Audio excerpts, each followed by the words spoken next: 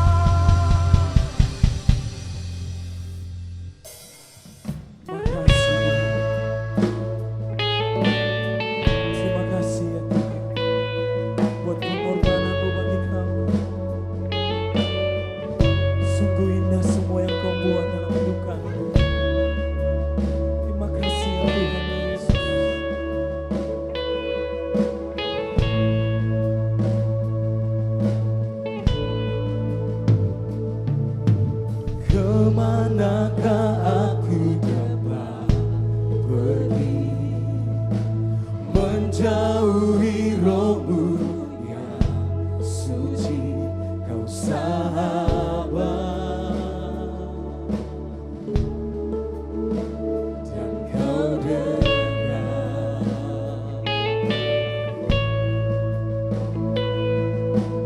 bahkan seluruh pengabdianku tak bisa membalas kesetiaanmu, sungguh mulia dan berharga, sungguh besar pengorbananmu bagiku, terlalu dalam untuk dimengerti, sungguh besar, sungguh indah yang kau pikirkan tentangku, tak terselami bagiku, sungguh indah.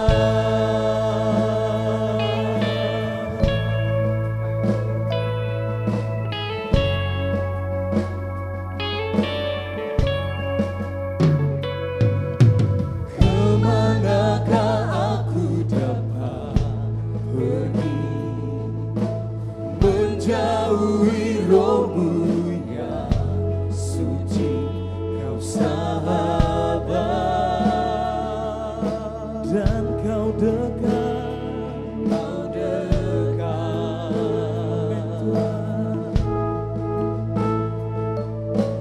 bahkan seluruh pengabdianku tak bisa membalas kesetiaanmu, sungguh mulia dan berharga, sungguh besar pengorbananmu bagiku, terlalu dalam untuk dimengerti, sungguh besar, sungguh indah yang kau pikirkan tentangku, tak terselami bagiku,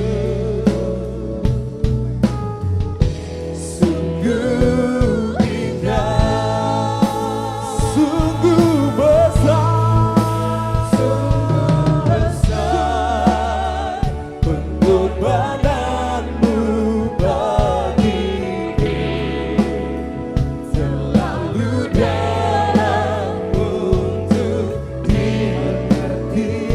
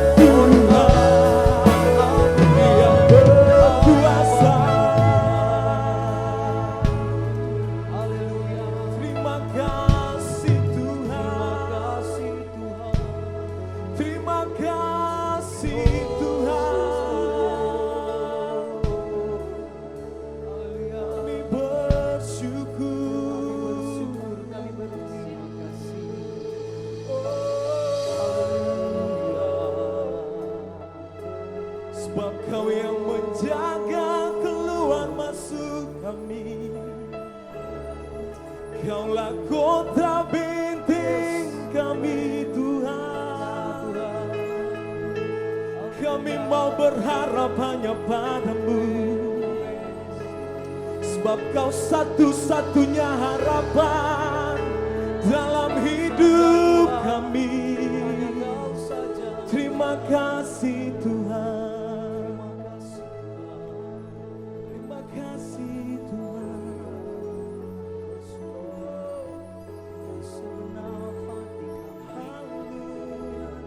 Kami datang padamu. Sungguh besar pengorbananmu bagiku, terlalu dalam untuk dimengerti. Sungguh besar,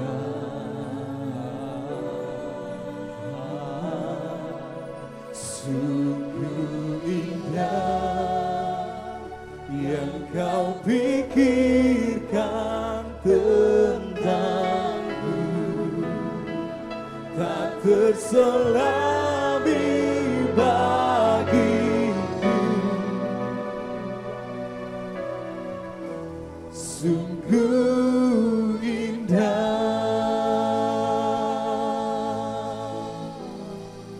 sungguh besar pengorbananmu bagiku, terlalu dalam untuk dimengerti. Sungguh besar,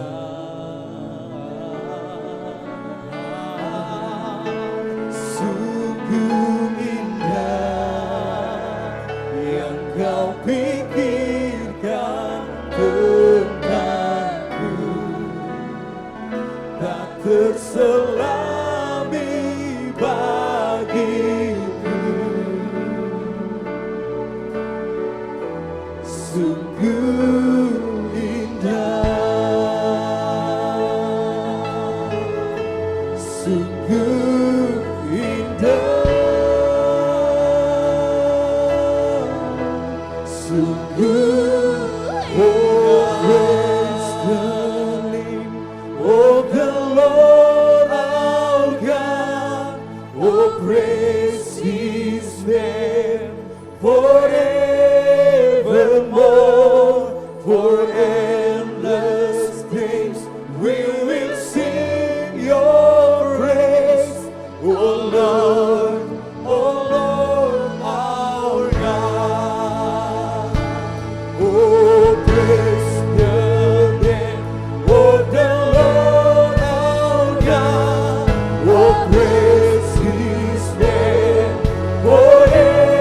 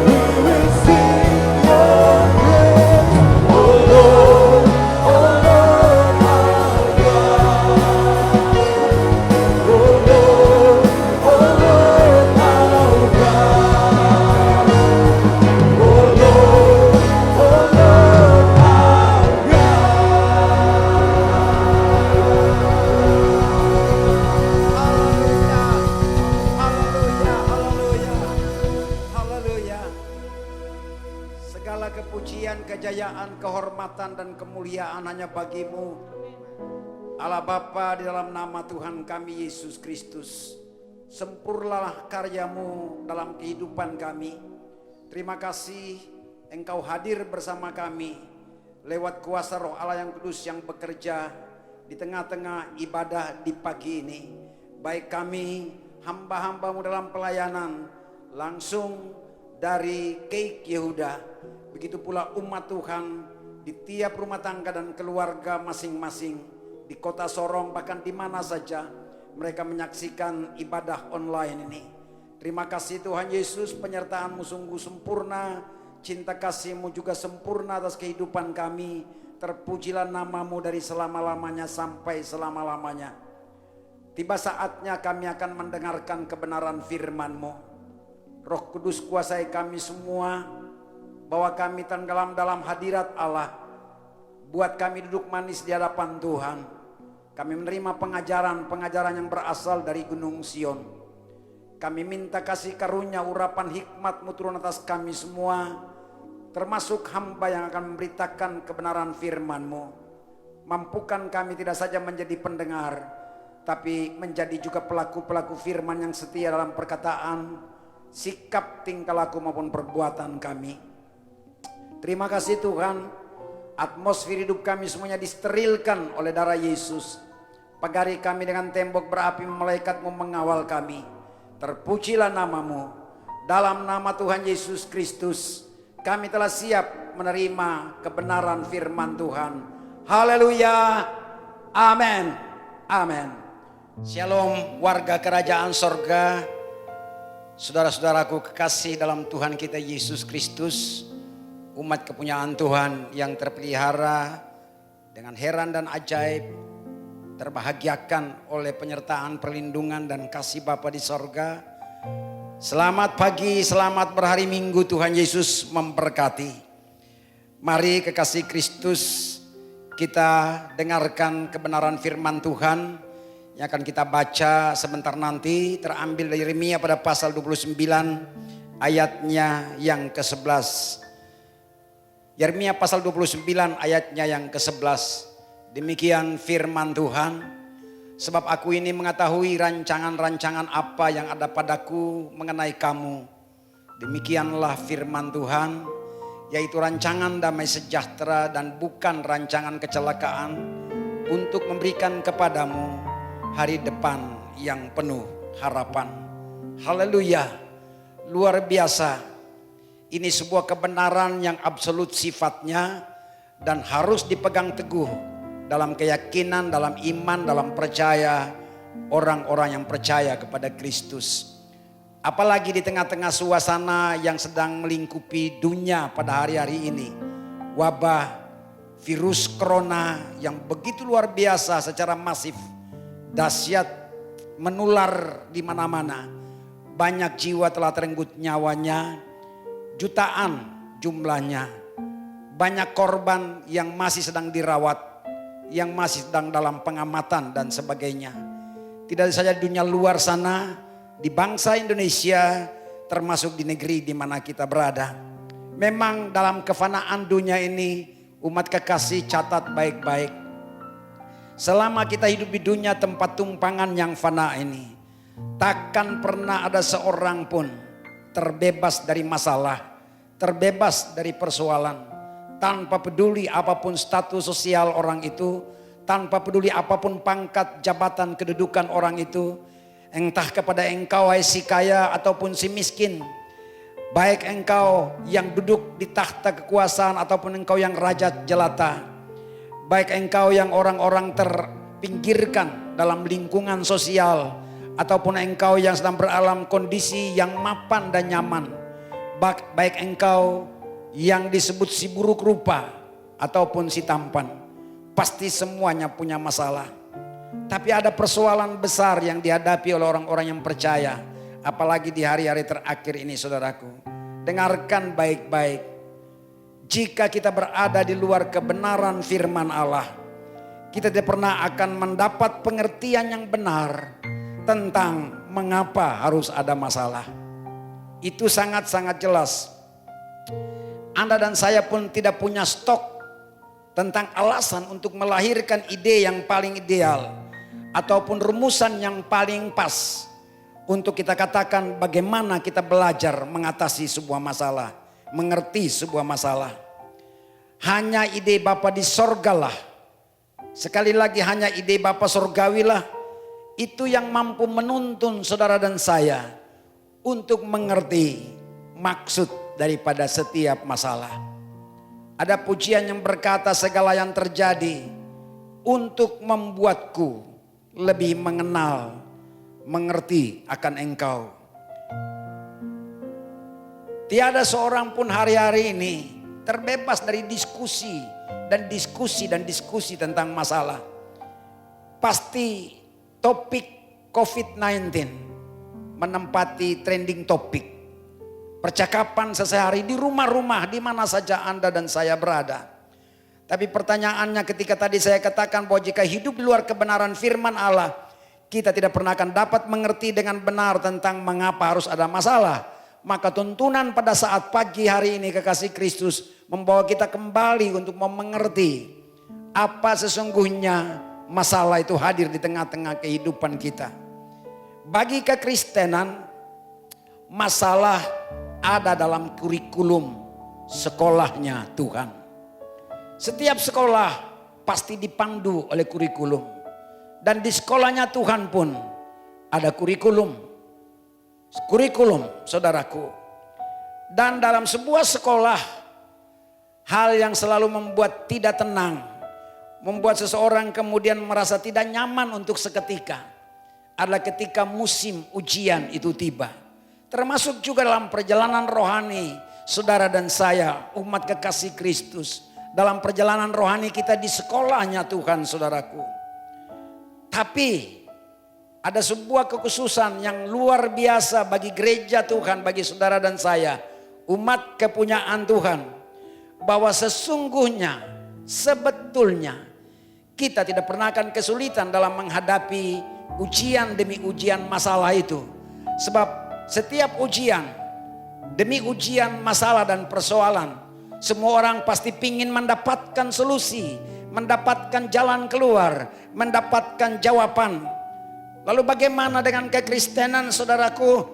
Saya mau beritahu buat saudara, setiap soal ujian di sekolahnya Tuhan yang Tuhan berikan buat saudara dan saya tidak pernah tanpa jawaban. Sekali lagi, tidak pernah tanpa jawaban. Dia sangat luar biasa karena kasih setianya buat umat yang percaya kepadanya. Dia tidak pernah cuma memberikan kisi-kisi, saudaraku, buat masalah, buat ujian-ujian yang kita hadapi. Tapi sekali lagi, saya pastikan buat saudara dan saya bahwa asalkan kamu setia belajar dari firman Allah, dari Alkitab yang adalah firman Allah, maka di sana terbentang dengan begitu luar biasa jelas sejelas-jelasnya tentang semua jawaban dan jalan keluar yang Tuhan sertakan bagi kita dalam menghadapi masalah. Sayangnya tentu itu manusiawi ketika mata kita seringkali cuma melotot kepada masalah. Saya mau beritahu buat saudara dan kita semuanya, selama hidup di kefanaan dunia ini, ketika kita menghadapi masalah, untuk itulah kita dipanggil. Untuk itulah kita dipanggil. Ketika perjalanan hidupmu yang menanjak naik dan begitu punya sudut elevasi yang sangat luar biasa mengerikan, ataupun menuruni lembah-lembah yang terjal, lagi-lagi selama kita ada di dunia ini, untuk itulah kita dipanggil. Filipi 1 ayat 29 berkata begini, kepada kamu saudara dan saya, kita tidak dikaruniakan cuman untuk percaya saja kepada Yesus, tetapi juga untuk menderita untuk Dia.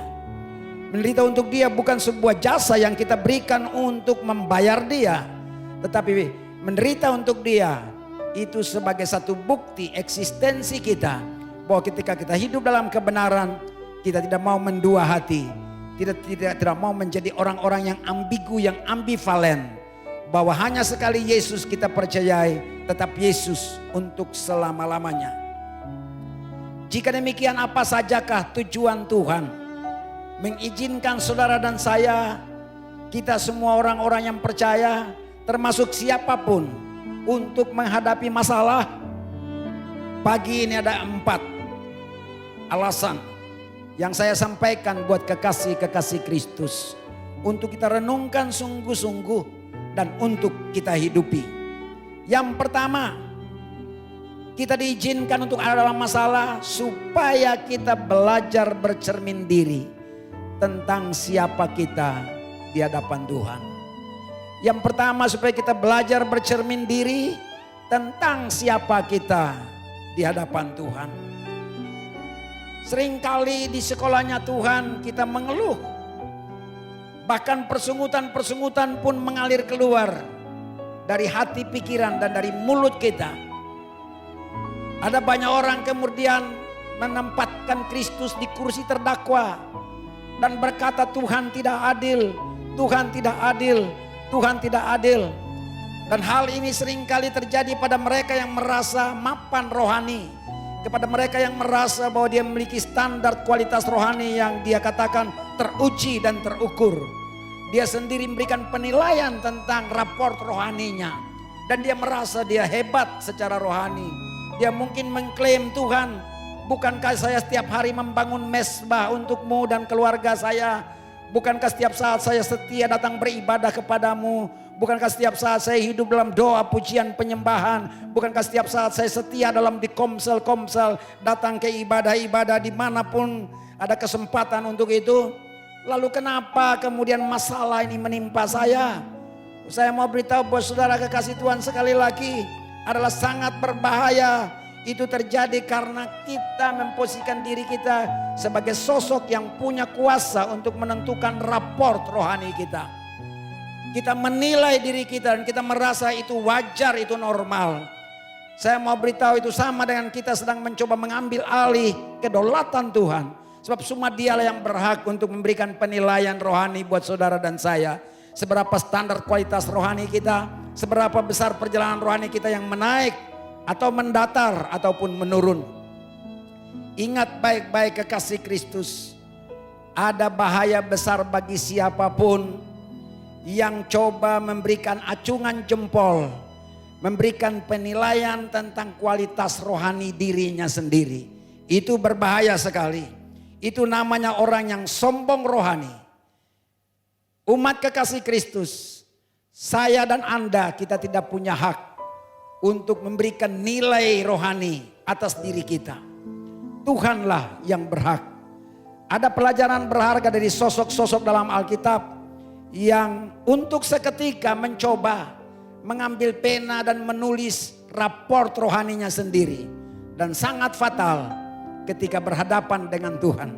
Satu di antaranya adalah sosok Ayub, saudaraku. Semua kita orang percaya, kita tahu kisah tentang Ayub yang sekarat, yang tinggal tulang pembalut, kulit pembalut tulang, yang tampak tidak berdaya. Jijik dilihat oleh orang lain termasuk istri dan keluarganya. Orang-orang terdekatnya pun juga tidak mau menghampiri dia. Semuanya menjauh daripada Ayub. Tetapi ada 34 pasal dari 42 pasal kitab Ayub. Ada 34 pasal berisi materi tentang sebuah seminar rohani yang begitu panjang. Hanya 4 orang pengikut seminar itu. Ada yang jadi pembicara, ada yang menjadi pendengar. Mereka tidak lain adalah sahabat-sahabat dekat Ayub, Elifas, Bildad, dan Sofar. Datang berkunjung kepada Ayub. Dan mereka membuka ruang seminar itu. Selama 34 pasal materi seminar itu disuguhkan. Mereka mengadili, menghakimi Ayub. Mereka menyalahkan dia. Tampaknya kalau kita baca semua pernyataan ketiga teman dekat Ayub ini begitu sangat rohani sekali. Oh, sangat menguatkan, mengingatkan, menegur Ayub, menasihati Ayub, bahkan memberikan solusi dan jalan keluar kepada Ayub. Tapi saudaraku, lihat nilai raport yang sorga berikan, Tuhan berikan kepada Elifas, Sofar, dan Bildad. Anda temukan pada Ayub pada pasal 42. Apa yang dikatakan Tuhan tentang mereka bertiga. Nah saudara, sayangnya Ayub terkecoh. Pribadi yang luar biasa dalam Ayub pada pasal 1 Tuhan bilang buat iblis, asal nyawanya tidak kau ambil. Iblis juga tahu betapa kuatnya iman percaya Ayub kepada Allah Abraham, Ishak dan Yakub, Allah Israel. Tetapi saudara kekasih, pada titik seminar yang berlangsung, ternyata Ayub terlanjur terkecoh oleh seminar dengan pembicara Elifas, Bildad dan Sofar. Lalu dia kemudian dengan gagah berani, dia mengambil pena dan mengisi raport rohaninya. Memberikan penilaian, Anda akan baca sendiri di dalam pasal-pasal Ayub, kitab Ayub yang begitu panjang. Kita akan temukan di sana bagaimana Ayub memberikan pembelaan. Ayub mengatakan, saya tidak pernah berbuat salah kepada Tuhan. Saya memperhatikan orang-orang janda yatim piatu. Saya biasa berdiri atau duduk di pintu gerbang dan mengajar orang-orang. Saya menasihati anak-anak muda. Pokoknya semua yang baik dia torehkan lewat seminar itu. Dia sampaikan, dia nyatakan lewat seminar itu. Sebagai sebuah kebanggaan dan sekaligus pembelaan dirinya terhadap dakwaan-dakwaan yang dialamatkan oleh ketiga sahabatnya. Kita akan lihat dan temukan dalam Ayub pada pasal 38 sampai pasal 41. Begitu luar biasanya, bersemangatnya Ayub dalam kesakitan yang luar biasa itu pula untuk memberikan pembelaan. Ayub berbeda dengan Daud, saudaraku. Ayub berbeda dengan Daud. Dalam Mazmur pasal 26, Daud setelah pengalamannya malang melintang pasca kejatuhannya dengan Batseba, dan dia masuk duduk di tahta kerajaan Israel. Dan dalam perjalanan malang melintangnya dengan pengalaman-pengalamannya dengan Saul, ia kemudian menyampaikan sebuah kerinduan batinnya yang sangat dalam, kejujuran batinnya yang sangat dalam. Dalam Mazmur pada pasal 26, dia berkata, ujilah aku Tuhan, cobalah aku Tuhan, selidikilah hatiku dan batinku, mataku tertuju kepadamu. Dia tahu kedaulatan Tuhan. Dia tidak mau mengatakan, saya sekarang hebat rohani saya sekarang luar biasa punya rohani. Saya tidak perlu diragukan sedikit pun tentang keyakinan saya, percaya saya kepada Allahnya Abraham, Ishak dan Yakub nenek moyang saya. Tetapi saya sungguh-sungguh sadar bahwa saya tidak bisa memberikan nilai raport rohani kepada diri saya sendiri. Dia berkata, ujilah aku, cobalah aku, selidikilah hatiku dan batinku. Saudara kekasih, seberapa banyak di antara kita yang selama ini kita merasa sok rohani atas nama sebuah kesombongan. Lalu kita kemudian mencoba mau berleha-leha, menyombongkan diri di hadapan Tuhan dengan segala kehebatan rohani kita. Itu adalah jalan-jalan pintas yang menuju kepada kebinasaan. Mari kita keluar dari kesombongan rohani itu. Kita bersikap merendahkan hati, merendahkan diri di hadapan Tuhan dan mengakui kedaulatan Tuhan. Apa yang kita lihat pasca Ayub ketika dia kemudian menyatakan pembelaan yang luar biasa kepada ketiga sahabatnya. Kita baca dalam Ayub 38 ayat 1 sampai ayat 4. Tuhan datang berhadapan dengan Ayub. Maka dari dalam badai Tuhan menjawab Ayub, siapakah dia yang menggelapkan keputusan dengan perkataan-perkataan yang tidak berpengetahuan? Bersiaplah engkau sebagai laki-laki. Aku akan menanyai engkau supaya engkau memberitahu aku. Ayat yang keempat, di manakah engkau ketika aku meletakkan dasar bumi? Ceritakanlah kalau engkau mempunyai pengertian. Dan ayat-ayat selanjutnya saudaraku, Tuhan menantang Ayub. Tuhan ulangi lagi dalam pasal 40 ayat yang kedua. Bersiaplah engkau sebagai laki-laki. Aku akan menanyai engkau dan akan memberitahukan kepadamu tentang hal-hal apa yang ternyata kemudian membuat engkau merasa punya rapor rohani, dipuji-puji oleh dirimu sendiri di hadapan sahabat-sahabatmu. Tuhan berkehendak biarkanlah kita dipuji Tuhan. Biarkanlah Ayub punya diri dipuji oleh Tuhan ketimbang diri sendiri, saudaraku. Saudara kekasih Tuhan, waktu Tuhan tantang Ayub, tadi dikatakan pada ayat yang pertama dari Ayub 38, dikatakan ayat yang kedua, next.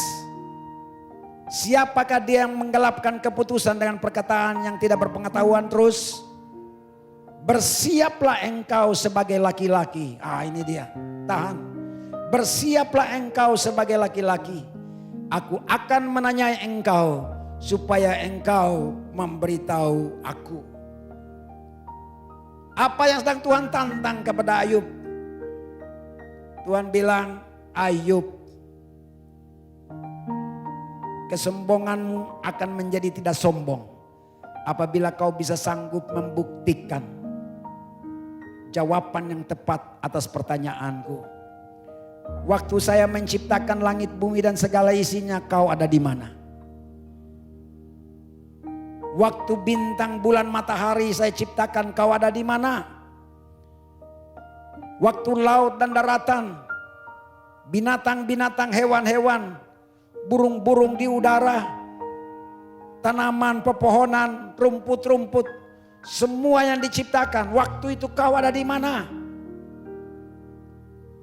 Pertanyaan ini sungguh menantang termasuk kepada kita semua. Di sini Tuhan sedang menantang keperkasaan Ayub. Tuhan sedang menantang kehebatan Ayub. Tuhan sedang menantang kekuatan Ayub. Tuhan bahkan sedang menantang kelancangan dan kesombongan Ayub. Waktu Tuhan berkata bersiaplah engkau sebagai laki-laki, Tuhan tidak sedang bicara tentang gendernya Ayub. Tuhan tidak sedang bicara tentang kelaminnya Ayub. Tapi Tuhan sedang bicara itu tentang hal-hal tadi. Kata laki-laki ini saya yakini merupakan lambang simbol daripada keperkasaan, kehebatan, kekuatan, kelancangan, bahkan kesombongan. Tuhan mau pagi ini kekasih Kristus waktu kita menghadapi masalah besar yang sedang melanda dunia. Jangan kita datang, jangankan kepada Tuhan, kepada sesama kita pun. Jangan kita datang dengan bertepuk dada atas kehebatan rohani kita. Jangan kita datang bertepuk dada atas keperkasaan kita, atas kehebatan kita, atas kekuatan kita. Karena kita merasa kita sehat, kita kuat, kita tidak ditulari, kita terbebas, kita negatif. Hanya semata-mata karena kita punya rohani yang sangat hebat, saudaraku. Kita salah jika hal itu terjadi. Mari supaya kita bercermin. Tadi poin 1 berkata supaya kita belajar bercermin diri tentang siapa kita di hadapan Tuhan. Kita lihat ayat 42, pasal 42. Ayub 42 ayat 1 sampai 6. Di sini Ayub bercermin diri. Maka jawab Ayub kepada Tuhan, aku tahu bahwa engkau sanggup melakukan segala sesuatu dan tidak ada rencanamu yang gagal. Firmanmu siapakah dia yang menyelubungi keputusan tanpa pengetahuan? Itulah sebabnya tanpa pengertian aku telah bercerita tentang hal-hal yang sangat ajaib bagiku dan yang tidak ku ketahui. Firmanmu, dengarlah maka akulah yang akan berfirman. Aku akan menanyai engkau supaya engkau memberitahu aku. Hanya dari kata orang saja aku mendengar tentang engkau. Tetapi sekarang mataku sendiri memandang engkau. Oleh sebab itu aku mencabut perkataanku dan dengan menyesal aku duduk dalam debu dan abu. Ini pasal dan ayat-ayat yang ternyata kemudian mengekspresikan bagaimana kesadaran Ayub untuk bercermin diri di hadapan Tuhan. Ketika dia bercermin diri, apa yang terjadi? Di ayat 1 dan ayat yang kedua kita lihat cepat-cepat saudaraku. Ayat 1 dan ayat yang kedua, maka jawab Ayub kepada Tuhan, aku tahu bahwa engkau sanggup melakukan segala sesuatu dan tidak ada rencanamu yang gagal. Haleluya. Dengarkan saudara, ketika Ayub bercermin diri, poin pertama dari 2 ayat ini, Ayub sedang mengakui kedaulatan Tuhan. Saudara kekasih Tuhan, apapun dalam hidup saudara dan saya, dengarkan baik-baik. Kita seharusnya dalam setiap langkah mengakui kedaulatan Tuhan. Kedaulatan Tuhan. Berulang kali saya ajarkan kepada jemaat. Dengarkan, oke deh, itu manusiawi ketika kita berkata bahwa harta kekayaan ini punya saya, mobil ini punya saya, rumah ini punya saya. Secara manusiawi boleh-boleh saja. Tapi waktu kita masuk dalam dimensi roh, lalu kita pahami dan kita mengerti ketika kita bercermin diri depan cerminnya Tuhan. Tak ada pilihan yang lain, kita harus juga mengakui kedaulatan Tuhan. Untuk kita berkata begini, kita bukan owner dari apa yang ada pada kita. Kita bisa bilang buat orang, itu rumah kita, itu mobil kita, itu harta kita, itu kekayaan kita. Tetapi sesungguhnya semestinya dari pengakuan hati yang terdalam, nurani yang murni dan tulus, dan tekad yang bulat tanpa kompromi. Di titik ini kita harus radikal rohani untuk kita berkata, memberikan pengakuan tentang kedaulatan Tuhan, bahwa semua yang ada pada saya adalah milik-Mu Tuhan. Engkau berdaulat dan berkuasa atas segala sesuatu. Kita cuman pengelola dan penikmat, kita bukan owner. Kita datang ke dunia tidak bawa apa-apa, kita pulang pun tidak bawa apa-apa. Ayat 3 dan ayat 4 kita lihat, firman-Mu siapakah dia yang menyelubungi keputusan tanpa pengetahuan? Itulah sebabnya tanpa pengertian aku telah bercerita tentang hal-hal yang sangat ajaib bagiku dan yang tidak ku ketahui. Lihat itu saudaraku, di ayat 3, apa yang terjadi waktu dia bercermin diri? Ayub mengakui tentang kebodohannya. Saudara, seandainya kita diperkenankan untuk berandai-andai, puncak tertinggi, titik kulminasi kepandaian manusia, itu mungkin saja belum duduk sejajar dengan kebodohan Tuhan. Meskipun Tuhan itu tidak bodoh saudaraku. Tapi kita berandai-andai untuk memberikan takaran yang bisa dapat diterima dengan akal sehat kita. Itu sebabnya semestinya kita harus bercermin diri dan berkata juga seperti Ayub. Saya tidak ada apa-apanya Tuhan. Di hadapan Engkau saya bodoh. Saya ajarkan jemaat setiap saat datang kepada Tuhan dengan mengambil sikap sebagai orang yang tidak tahu apa-apa. Hanya dengan itu Tuhan akan mengisimu tentang hal-hal supranatural, hal-hal yang membuatmu menjadi apa-apa. Dari kamu tidak ada apa-apa, kamu menjadi apa-apa. Akuilah kebodohan kita. Ini aku. Jangan coba ambil alih haknya Tuhan. Lalu kita coba mengisi raport rohani kita dengan pena yang kita pegang. Ayat 5 dan ayat yang ke-6. Waktu Ayub bercermin diri, apa yang perlu kita pelajari juga di sini? Ayub berkata, hanya dari kata orang saja aku mendengar tentang Engkau. Tetapi sekarang mataku sendiri memandang Engkau. Oleh sebab itu aku mencabut perkataanku. Dan dengan menyesal aku duduk dalam debu dan abu. Saat kita bercermin diri saudaraku, ketika melalui masalah kita dilatih, diajar untuk bercermin diri tentang siapa kita di hadapan Tuhan. Maka pilihan ketiga tidak lain, kita harus bertobat, menyesali semua jalan-jalan hidup yang salah. Lalu kita baharui komitmen kita. Setiap janji hatiku kembali kubaharuilah, sampai kepada ajalku kupuji pengasihannya. Indahlah harinya Yesus membasuh dosaku, Ku diajari penebus, berjaga dan berdoa terus. Indahlah harinya Yesus membasuh dosaku. Yang kedua, supaya apa? Supaya kita terus berlatih sabar dalam menghadapi masalah. Nah ini dia. Supaya kita terus berlatih sabar dalam menghadapi masalah. Masalah membuat seseorang bisa dengan mudah terbakar emosinya. Ketika seseorang terbakar emosinya, saudaraku, ingat baik-baik, akan dengan cepat menjalar menguasai titik-titik kunci kehidupan kita. Apalagi salah satu titik kunci hidup yang terpuncak yaitu harga diri. Kita tidak puas ketika masalah itu mengganggu dan menciderai harga diri kita. Dengarkan saudara kekasih Tuhan.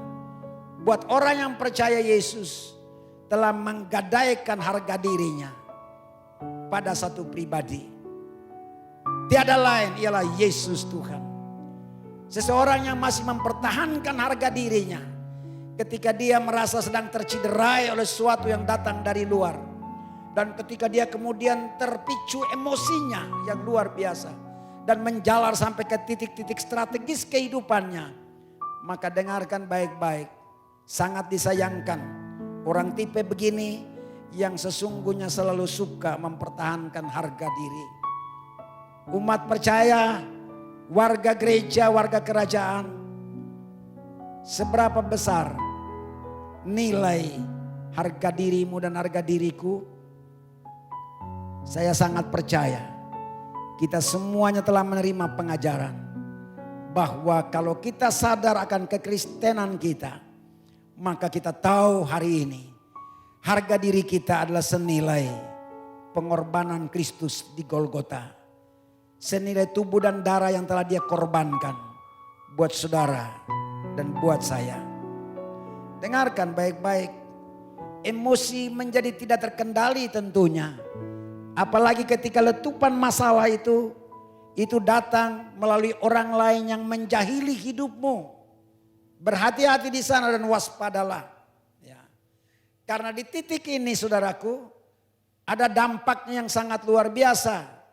Akibatnya mesin printer hidupmu dengan begitu cepat mencetak kalimat-kalimat yang mengerikan. Kata-kata yang tidak santun mengalir keluar. Hanya gara-gara terjahili oleh orang lain. Kita sama sekali tidak mau untuk terusik oleh siapapun. Padahal kita di dunia yang penuh kefanaan. Dunia kalau tanpa masalah bukan namanya dunia. Ketika tiba di titik ini, mestinya kita ingat apa yang Paulus tuliskan dalam Efesus pasal 5 ayat 3 dan 4. Firman Tuhan berkata begini. Tetapi percabulan dan rupa-rupa kecemaran atau keserakahan, perhatikan, disebut saja pun jangan di antara kamu sebagaimana sepatutnya bagi orang-orang kudus. Demikian juga perkataan yang kotor, yang kosong atau yang sembrono. Karena hal itu tidak pantas, tetapi sebaliknya ucapkanlah syukur. Tahan ayat 4. Dikatakan demikian juga perkataan yang kotor, yang kosong, saya tambah satu kata depan, yang omong kosong, yang sembrono. Tuhan bilang buat setiap kamu yang berkata kamu Kristen, kamu Christ in, kamu warga kerajaan sorga, kamu orang yang percaya kepada Kristus, kamu yang di dalam hidupmu Kristus hadir dan kamu ada dalam Kristus. Dengarkan baik-baik, kata-kata yang kotor, yang omong kosong, yang sembrono disebut saja pun tidak boleh ada pada kita. Saudara kekasih, agar kita terus berlatih sabar dalam menghadapi masalah ini, sebuah pertanyaan di tengah-tengah suasana yang sedang dilanda, suasana di mana dunia dilanda oleh wabah COVID-19. Pernahkah Anda dan saya kita berdoa untuk seseorang yang mungkin sedang berbuat jahat kepadamu, yang mungkin sedang menjahilimu, yang mungkin sedang tidak marah, yang tidak suka kepadamu, yang sedang memusuhimu, yang sedang memarahimu? Apa respon kita, apa sikap kita? Ketika pemerintah yang adalah wakil Tuhan sedang sibuk menangani penjahat-penjahat, orang percaya seringkali sibuk berdoa minta berkat. Sangat disayangkan saudaraku. Kita ternyata jarang memberikan atensi, memberikan perhatian kepada orang lain yang di luar sana. Apalagi yang sedang menjahili kita, yang sedang berbuat jahat kepada kita. Kita seringkali tidak memberikan atensi kepada mereka tentang hari Tuhan yang mengerikan. Ingat kita sedang berada pada penantian di hari-hari terakhir menjelang kedatangan Kristus pada kali yang kedua. Sefanya berkata, hari Tuhan itu sangat mengerikan. Pahlawan pun menangis. Lihat, kita punya tanggung jawab memberikan atensi kepada mereka. Tahukah saudara, jika kamu tidak sedang memberikan atensi kepada mereka, itu sama dengan kamu sedang melakukan dosa pembiaran. Dan dosa pembiaran itu akan mendorong seseorang bergerak lebih laju lagi dalam perbuatan jahat dan kecemaran. Kita pun akan dimintakan pertanggungjawaban akan hal itu.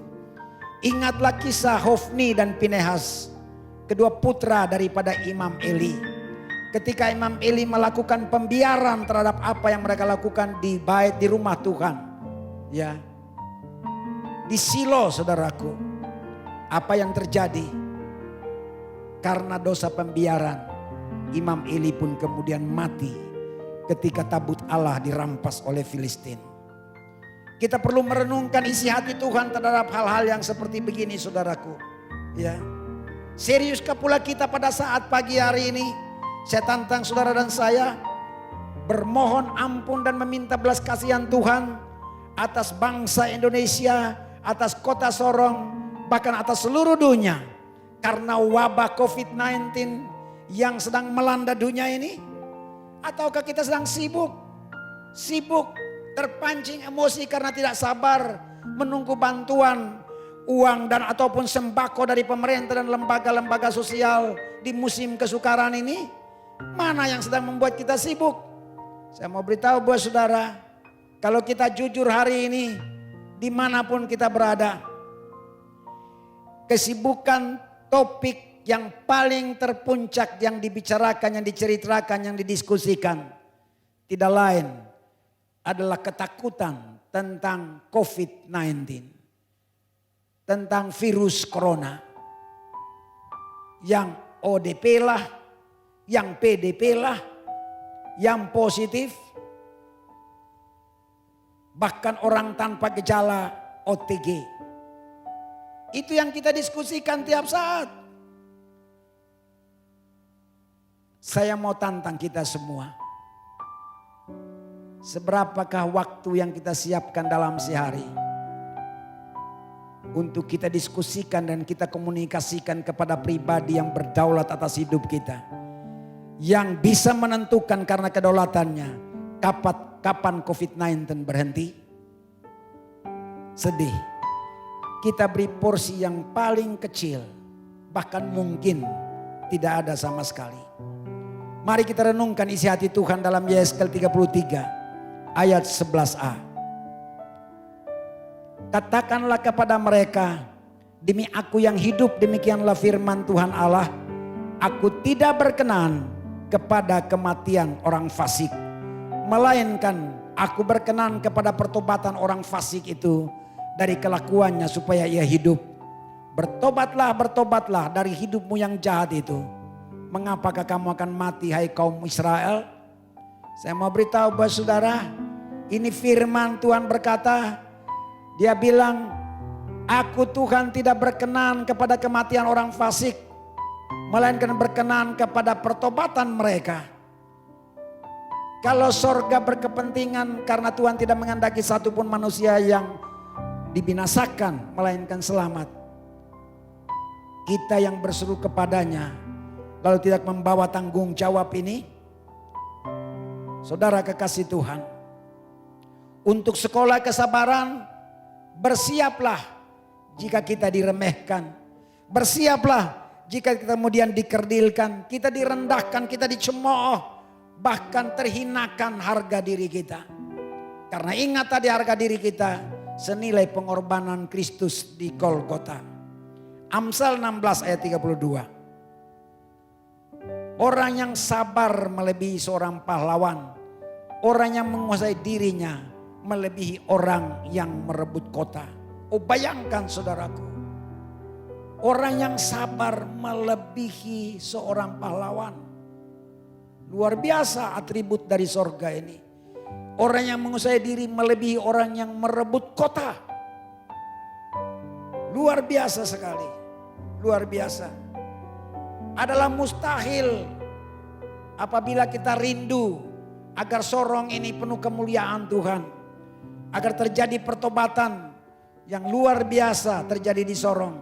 Agar lutut di kota Sorong bertekuk dan lidah mengaku Kristus itu Tuhan dan Juru Selamat, bahkan di Indonesia. Apabila kita tidak hidup di dalam kesabaran, mana mungkin kita bisa menjadi pahlawan dan orang yang bisa menguasai kota apabila kita tidak bersabar? Kesabaran itu satu dari 9 buah roh yang terdaftar dalam Alkitab. Kesabaran itu adalah nilai-nilai kerajaan sorga. Nilai-nilai kerajaan sorga, saudaraku. Apa yang kamu cari hari ini?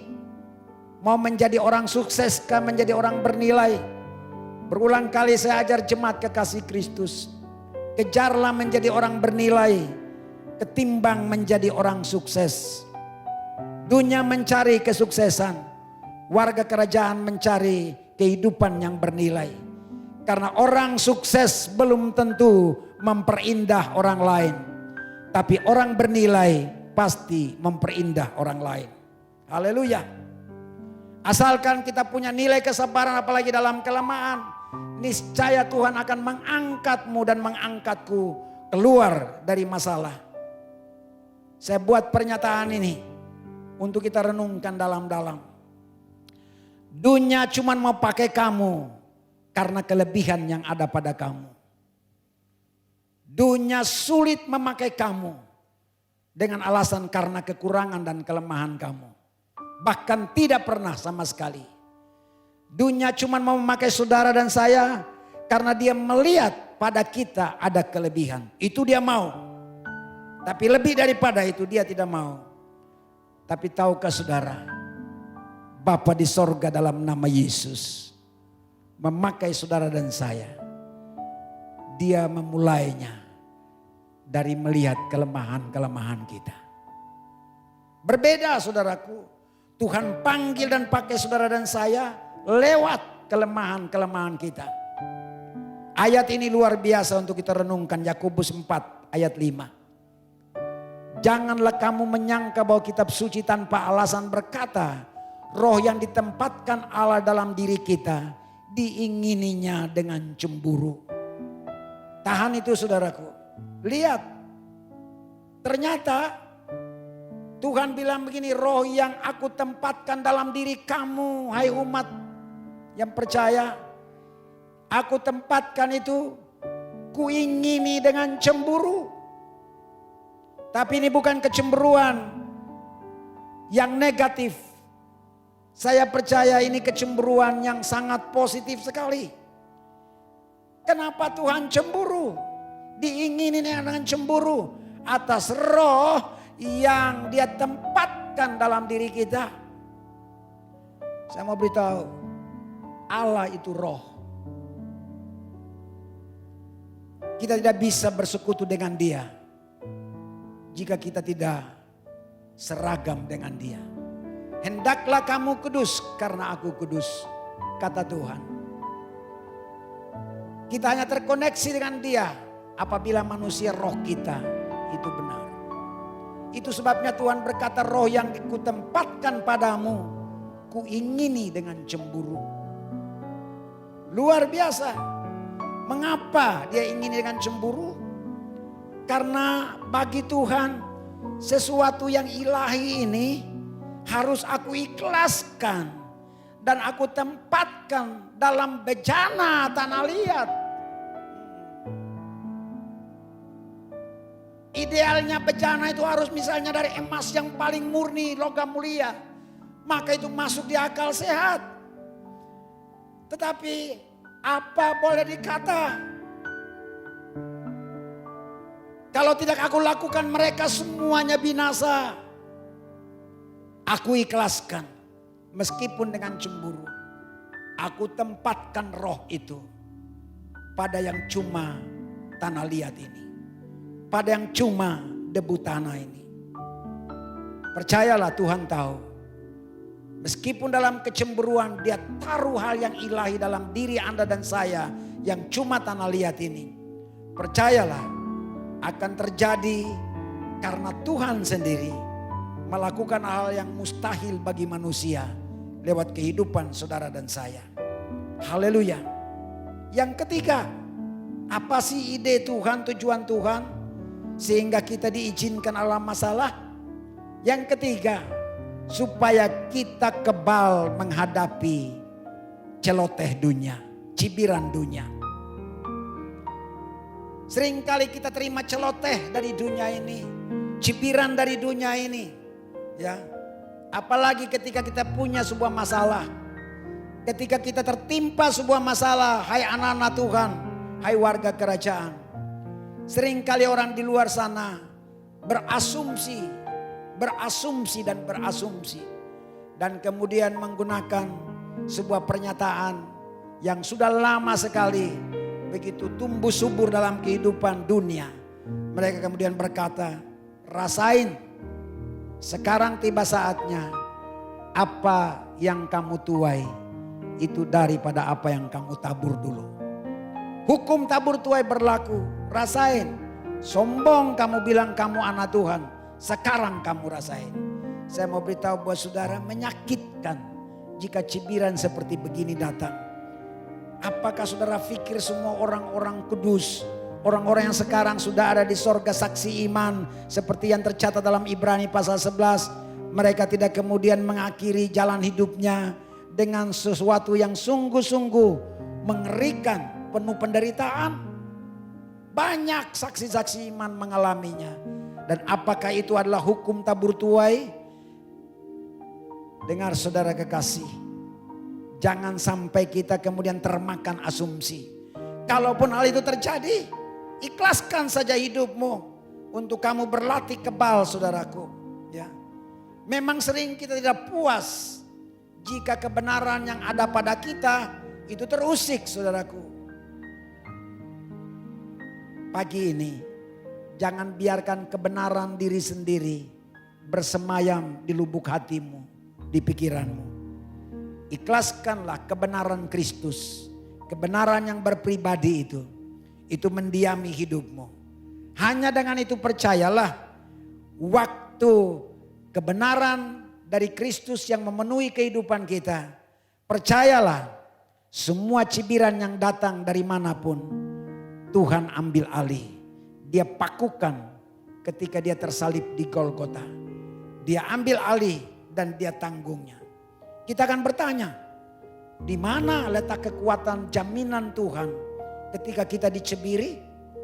Saya mau beritahu buat saudara, sangat tergantung pada fokusmu. Sangat tergantung pada fokusmu. Tuhan kehendaki mata kita tertuju kepada Dia. Mata kita tertuju kepada Dia. Pemazmur berkata, aku melayangkan mataku ke gunung-gunung. Dari manakah datang pertolongan? Pemazmur mengakui, pertolonganku cuma ialah dari Tuhan yang menjadikan langit dan bumi. Dengarkan kekasih Kristus, percayalah damai sejahtera yang dikirimkan oleh Tuhan itu pasti mengaliri, pasti mengairi hati pikiran saudara dan saya, membuat kita tersenyum, saudaraku, jika kita kebal atas cibiran. Dan waktu kita tersenyum, apa yang terjadi? Saya percaya orang yang mencibirmu akan terdampak. Ada 2 dampak. Dan ini sebuah keniscayaan saudaraku. Ya. Di titik ini kamu akan menemukan bahwa kamu orang yang kebal. Jika kamu bertahan tentang apa yang baru disampaikan. Kekebalan itu saudaraku membuat pencibir-pencibir di sekelilingmu sekali lagi akan terdampak. Keniscayaan dampak yang pertama apa? Orang yang mencibirmu akan semakin sakit hati ketika kamu kok kebal terhadap cibiran. Sabar, tidak mengomentari, tidak terbawa arus emosi, tidak terpancing, tenang saja, tersenyum saja. Saya mau beritahu, pencibirmu akan semakin sakit hati. Semakin akan merasa terkalahkan. Dia lebih marah. Apalagi jika ketika dia nantang, coba kau keluar. Dan dia berharap kamu pun juga meladeninya dengan suara yang tinggi. Tapi ternyata kamu cuma diam saja. Bahkan kedengaran dari dalam rumahmu, kamarmu, kamu cuma memuji menyembah Tuhan. Orangnya semakin tambah marah. Semakin tambah jauh saudaraku. Tapi ada sebuah keniscayaan yang kedua. Lewat kekebalan saudara dan saya terhadap cibiran-cibiran orang. Niscaya apa? Niscaya orang yang mencibirmu penasaran. Melihat nilai hidupmu yang begitu menarik dia. Dia bertanya-tanya penasaran. Kok orang ini saya marah caci maki. Dia cuma tenang saja tidak pernah membalas. Justru itulah momen ketika tidak mustahil waktu kairos. Waktu Allah melawat sang pencibir. Sehingga dia menjadi petobat yang Tuhan bawa melalui kehidupanmu. Haleluya. Yang terakhir saudaraku. Apa ide Tuhan, tujuan Tuhan. Melalui masalah yang kita hadapi, yang diizinkan. Yang keempat, supaya kita belajar percaya dan hanya berserah kepada Yesus. Dengarkan kekasih Kristus. Ini poin mendasar. Percaya atau tidak percaya, suka atau tidak suka, terima ataupun tolak, yang pasti sudah final dan absolut. Yesus Kristuslah Tuhan di atas segala Tuhan dan Raja di atas segala Raja. Juru selamat dunia satu-satunya yang benar dan hidup. Yang pasti akan datang pada kali yang kedua. Tepuk tangan yang meriah di rumah-rumah saudaraku terhadap pernyataan ini. Belajar percaya merupakan tuntutan bagi kita sekalian untuk menyelidiki ide-ide yang dahsyat dari Tuhan dalam menapaki perjalanan hidup rohani ke depan. Seringkali kita klaim bahwa kita adalah orang percaya. Ya. Oke deh, silahkan saja.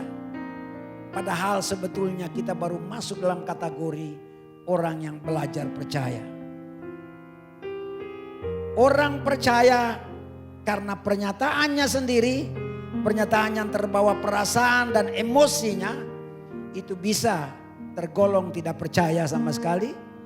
Dan ataupun belajar percaya, syukur-syukur kalau sudah percaya. Tetapi saya sangat berkeyakinan super banyak sekali komunitas orang-orang yang mengaku percaya. Kita yang mengaku percaya kepada Kristus. Sebetulnya kita baru masuk dalam kategori belajar percaya. Hanya dengan belajar percaya membuat kita menjadi orang-orang yang kuat untuk percaya. Mazmur 119 ayat 71. Mazmur 119 ayat 71. Bahwa aku tertindas itu baik bagiku, supaya aku belajar ketetapan-ketetapanmu. Belajar percaya bukan karena punya sebuah gambar Yesus yang ada di rumah. Bukan karena punya kalung salib yang ada di leher. Bukan punya karena tato salib yang ada di badanmu. Itu bukan lalu membuat kamu menjadi orang-orang yang percaya. Orang-orang yang apalagi yang belajar percaya. Belajar percaya ataupun yang percaya. Tidak saudaraku. Kita hanya akan menjadi orang-orang yang percaya yang sesungguhnya. Apabila penerimaan kita atas firman Tuhan yang telah kita pelajari. Sekali lagi, yang telah kita pelajari. Untuk memiliki iman saja, iman dan percaya itu adalah dua kata yang punya akar katanya sama dalam bahasa Ibrani. Ya, dalam bahasa Yunani maksudnya pisteo sama.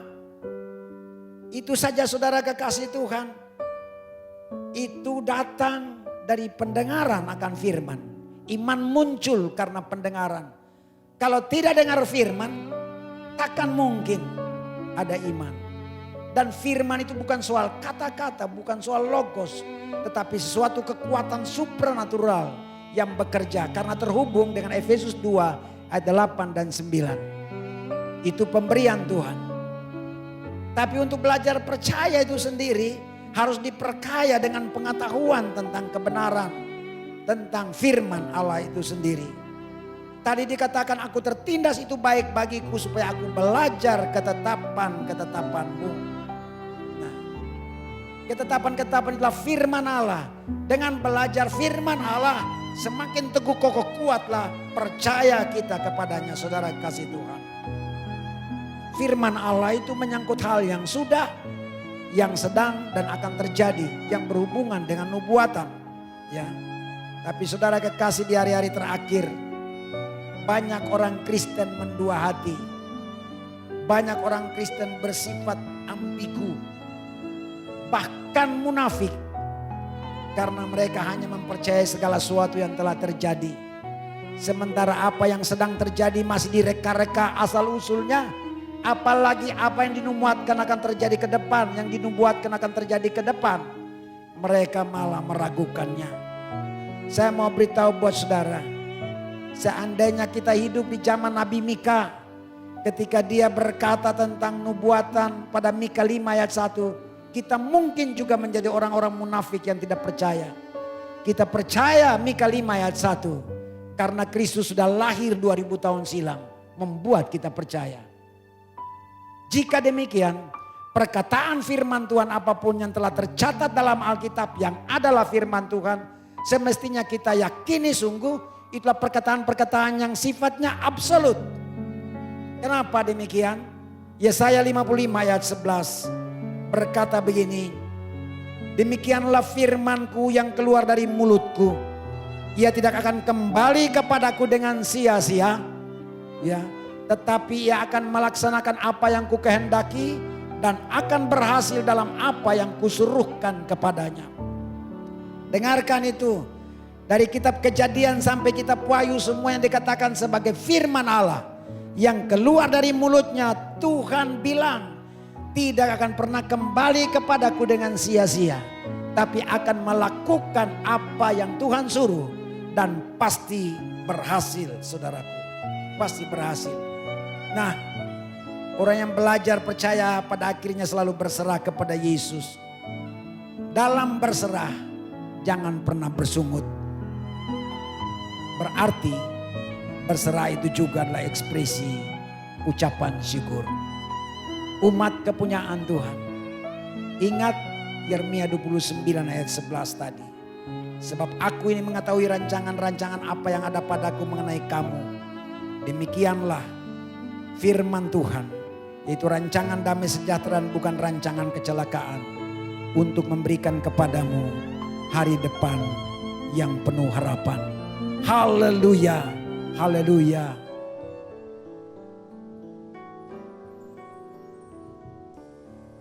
Haleluya.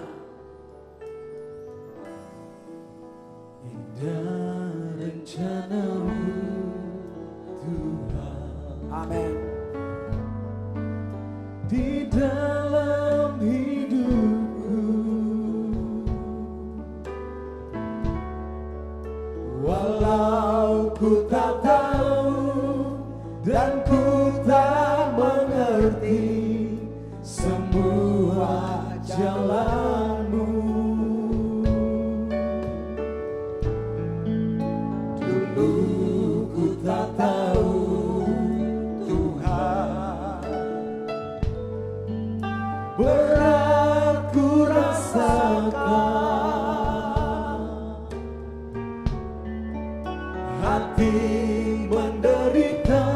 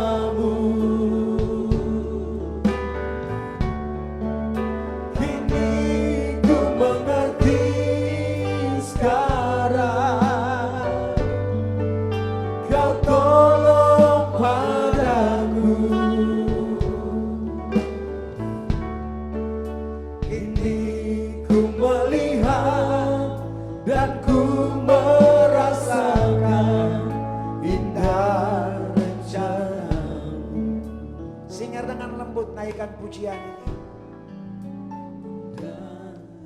Umat kekasih Kristus, warga kerajaan, dimanapun Anda berada, di rumah masing-masing, rencana Tuhan indah buat saudara dan saya.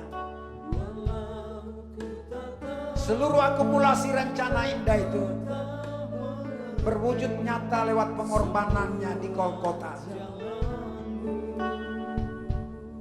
Jika kita sungguh-sungguh, tidak ragu-ragu akan kebenaran yang diberitakan,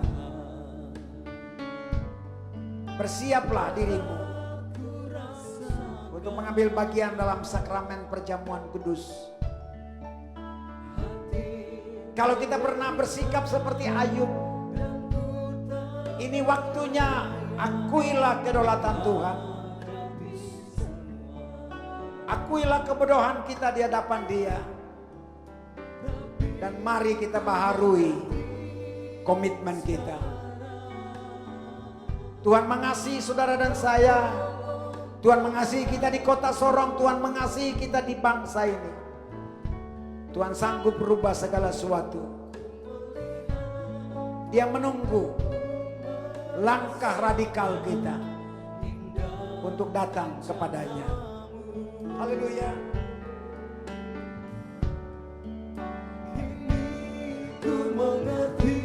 Mari siapkan hatimu. Kita akan berdoa, saudaraku.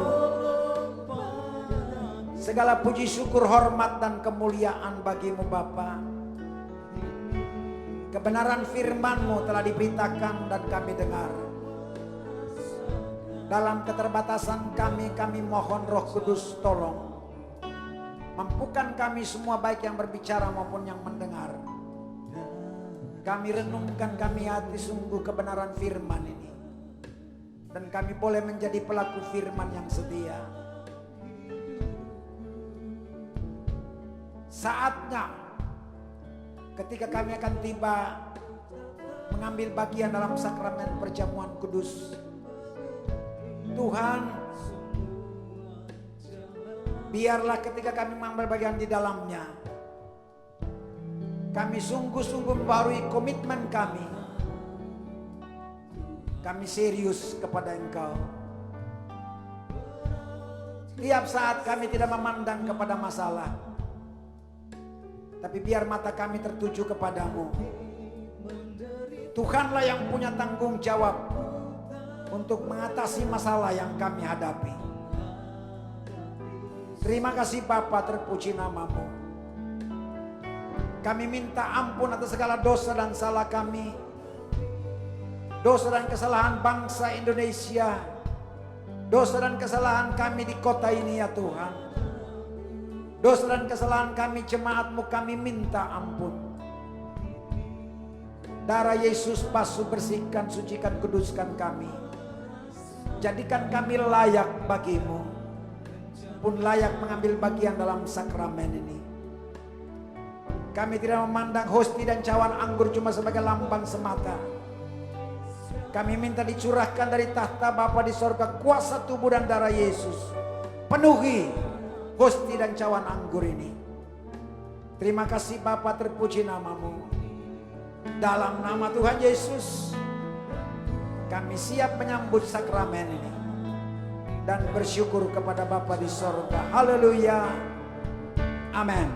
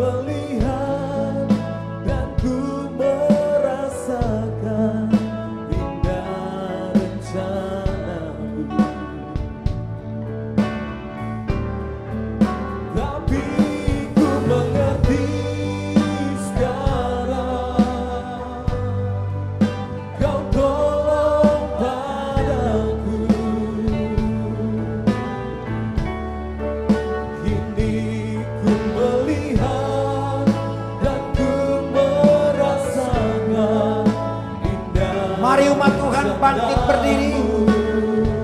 Angkat tinggi-tinggi hosti di tangan kananmu. Ku mengerti segala, Kau tolong padaku.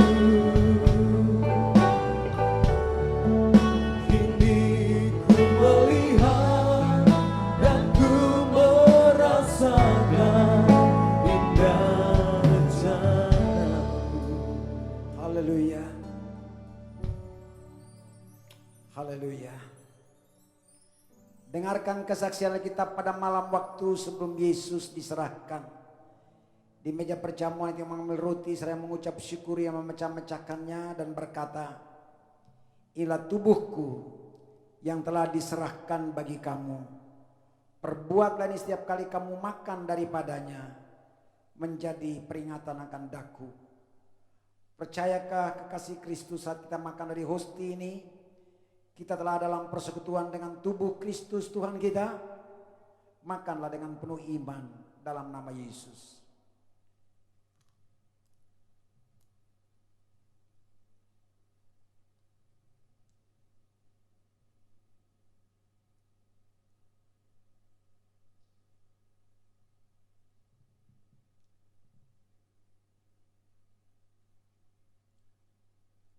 Angkat tinggi-tinggi cawan anggur di tangan kananmu.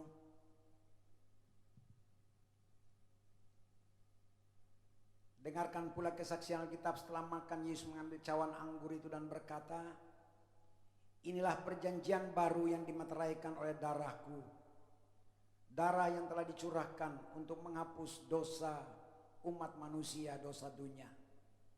Perbuatlah ini setiap kali kamu minum daripadanya, menjadi peringatan akan daku. Percayakah kekasih Kristus saat kita minum dari cawan anggur ini, kita telah dalam persekutuan dengan darah Kristus Tuhan kita? Minumlah dengan penuh iman dalam nama Yesus.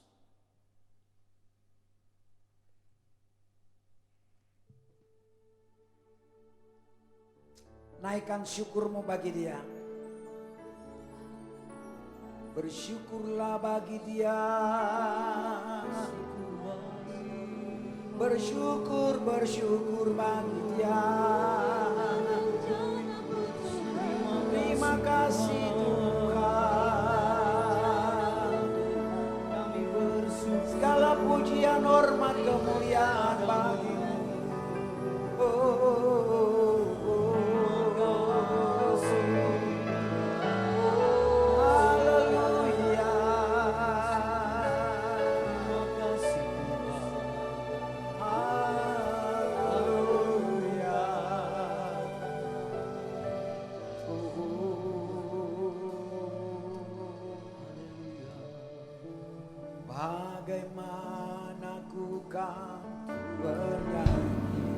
Bagi Anda yang ingin memberikan persembahan dapat langsung mengirimkan ke rekening jemaat yang tertera pada halaman terakhir Warta Jemaat.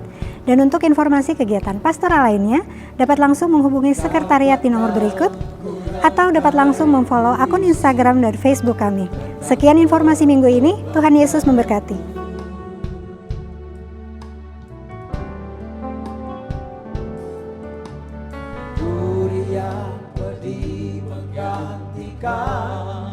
Mahkota kemuliaan-Mu, Tuhan, karena diriku yang berdosa, nyawa Kau serahkan.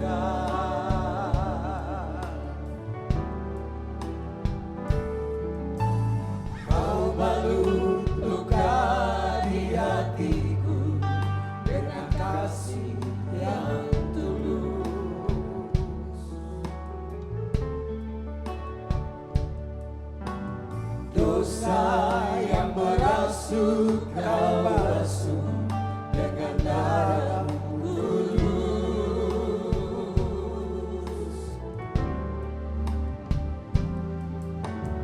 Entah berapa kali aku berkhianat padamu, Tuhan, mengapa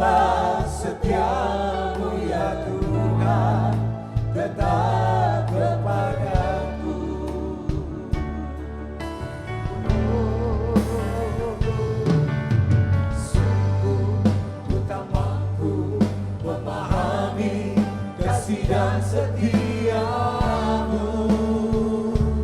ya Tuhan. Bagiku yang hina ini, Kau rela berkorban.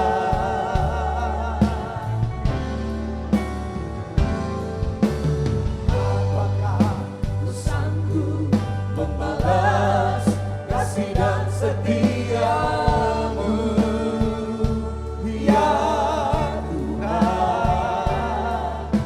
Sebagaimana adanya daku, ku berserah padamu.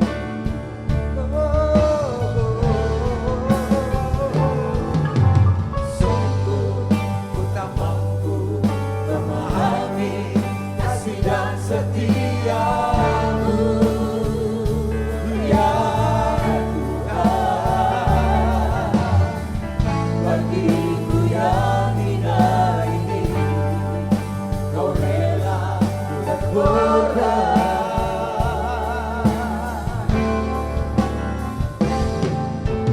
Apakah ku sanggup membalas kasih dan setiamu, ya Tuhan? Sebagaimana adanya daku, ku berserah padamu.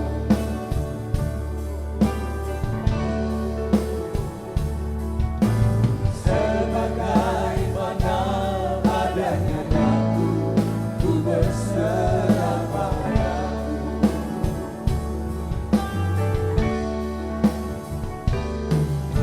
Sebagaimana adanya daku, ku berserah padamu. Haleluya. Haleluya. Terima kasih buat pengorbananmu bagi kami. Itu memberikan jaminan bagi kami. Kami tidak perlu takut, cemas, kecewa, putus asa. Tidak perlu kami khawatir ketika kami dihadapkan dengan masalah. Karena Engkau Tuhan perjanjian. Engkau berjanji setia menyertai kami sampai kesudahan alam. Engkau pun berjanji dengan rencana-rencana yang indah bagi kami. Terima kasih Tuhan Yesus, terpujilah namamu.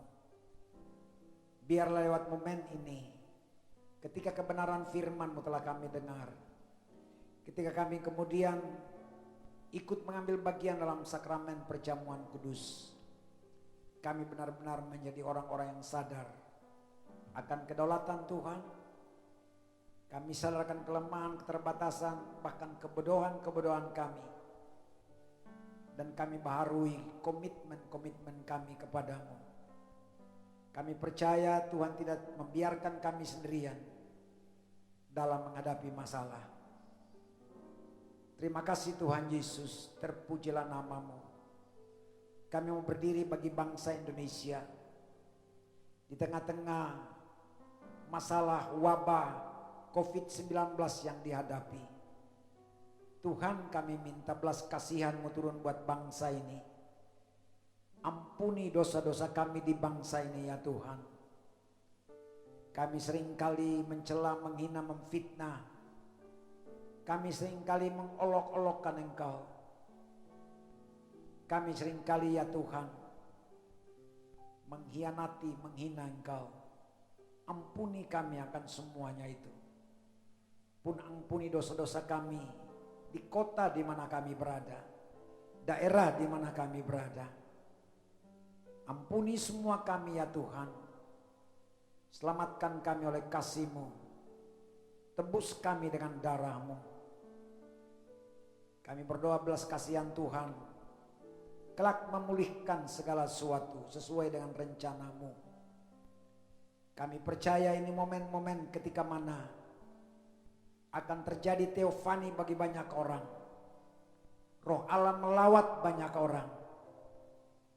Bahkan kaum keturunan Kedar dan Nabayot tidak terkecuali datang bertekuk lutut di hadapan Engkau, dan lidah pun mengaku benar Yesus Kristus adalah Tuhan dan Juru Selamat satu-satunya yang hidup, yang patut dipuji disembah untuk selama-lamanya. Kami berdoa hikmat, kearifan, kebijaksanaan Tuhan penuhi pada Bapak Presiden, unsur pemerintahan di tingkat pusat, begitu pula Bapak Wali Kota Sorong dan unsur pemerintahan yang ada di sini. Semua pihak yang punya tanggung jawab dan kepentingan menangani masalah wabah virus corona yang sedang dihadapi. Tuhan berikan kemampuan, Tuhan berikan kasih karunia, Tuhan berikan petunjuk-petunjuk-Mu. Dengan penuh takut akan Tuhan, niscaya Tuhan turun tangan untuk mengatasi segala sesuatu. Kami juga berdoa dalam nama Tuhan Yesus, menyerahkan mereka yang berada di garda terdepan, khususnya para dokter, perawat, para medis. Sudah cukup banyak juga di antara mereka yang kehilangan nyawa karena mereka telah mendedikasikan hidup mereka untuk misi kemanusiaan ini. Bagi yang sedang diperkenankan Tuhan untuk terlibat dalam misi ini, kami minta kekuatan kesehatan yang prima Engkau beri, pertolongan-Mu Engkau limpahkan, kasih karunia-Mu Engkau berikan. Jaga pelihara mereka ya Tuhan, dengan kemampuan yang berasal daripada-Mu. Mereka boleh menangani pasien-pasien yang luar biasa banyaknya di bangsa ini, termasuk yang ada di kota Sorong, di tanah Papua. Pun juga tidak luput dari yang ada di seantero dunia, supaya dunia tahu bahwa sungguh Kristus adalah Tuhan yang hidup, Allah yang benar, yang berdaulat berkuasa atas langit bumi dan segala isinya. Terpujilah nama-Mu ya Tuhan kami. Lalu Bapa di sorga, kepada jemaat-Mu pun kami berdoa, Tuhan hadir dalam hidup jemaat-Mu, pribadi lepas pribadi, rumah tangga lepas rumah tangga dan keluarga. Kami percaya Engkau jawaban dan jalan keluar atas masalah dan persoalan yang dihadapi. Tiada yang mustahil bagi-Mu. Urapi berkati umat-Mu, urapi berkati jemaat-Mu semuanya. Terima kasih Bapa, terpujilah nama-Mu, terpujilah nama-Mu. Lalu kami akhiri ibadah di pagi hari ini. Kami serahkan semuanya dalam tangan-Mu ya Bapa di sorga. Kami percaya Engkau Bapa yang mengasihi kami, Engkau Bapa yang juga punya kesukaan memberkati kami, anak-anak-Mu. Kekasih Kristus yang berada di rumah-rumah, arahkan hati pikiran-Mu kepada Bapa di sorga. Mari angkatlah kedua tangan-Mu, sambut dan terimalah berkat Tuhan. Tuhan memberkati engkau dan melindungi engkau. Tuhan menyinari engkau dengan wajahnya dan memberikan kepadamu kasih karunia. Tuhan menghadapkan wajahnya kepadamu dan memberimu damai sejahtera yang tidak berkesudahan, melimpah bagai hujan yang deras, datang dari tahta Bapa di sorga. Dalam Kristus Tuhan kita sumber berkat satu-satunya. Oleh pertolongan kuasa Roh Allah yang kudus tetap tinggal menyertai-Mu, menyertai semua kita sekarang dan selama-lamanya. Dalam nama Tuhan Yesus yang percaya dan diberkati, katakan bersama amin. Selamat berhari Minggu, Tuhan Yesus memberkati.